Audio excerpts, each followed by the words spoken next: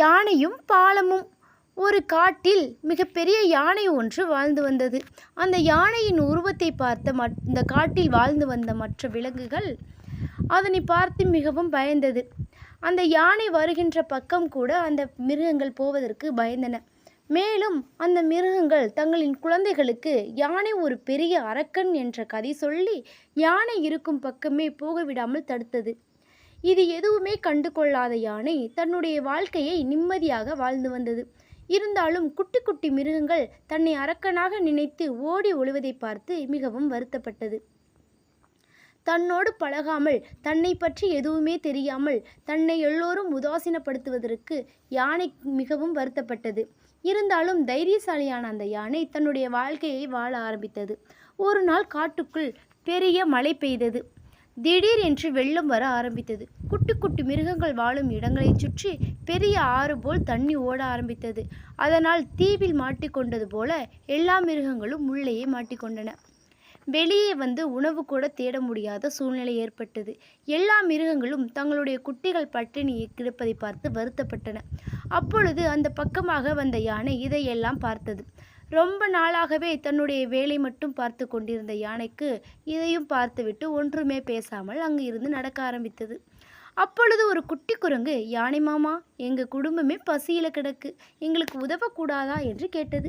அதை பார்த்த சிரித்த யானை, நான் தான் அரக்கனாயிற்றே, என்னை பார்த்தா உங்களுக்கு பயமாக இல்லையா என்று கேட்டது. அப்பொழுது அந்த குட்டி குரங்கு கூறியது, எங்களின் அப்பா அம்மா உங்களின் உருவத்தை பார்த்து எங்களுக்கு எதுவும் ஆகக்கூடாது என்று உங்களை பார்த்து தள்ளி போக சொல்வதற்காக உங்களை அரக்கன் என்று கூறி வளர்த்தார்கள்.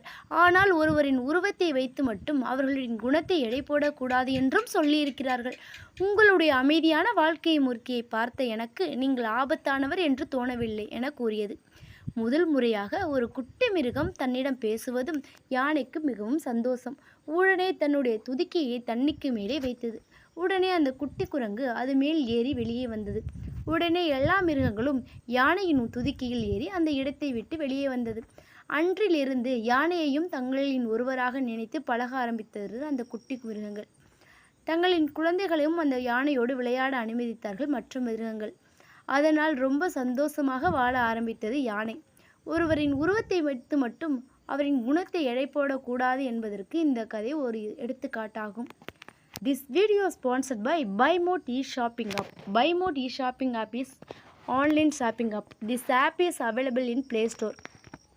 இந்த ஆப்போட லிங்க் டிஸ்கிரிப்ஷனில் இருக்குது. நீங்கள் ஆன்லைனில் பர்ச்சேஸ் பண்ணணுன்னா அந்த ஆப் மூலமாக பர்ச்சேஸ் பண்ணிக்கலாம். உங்களுக்கு வேணும்னா லிங்க் டிஸ்கிரிப்ஷனில் இருக்குது. செக் பண்ணிவிட்டு லிங்க்கை டச் பண்ணுங்கள், இன்ஸ்டால் பண்ணுங்கள், நீங்களும் பர்ச்சேஸ் பண்ணுங்கள். ஹாப்பியாக இருங்க. தேங்க்யூ.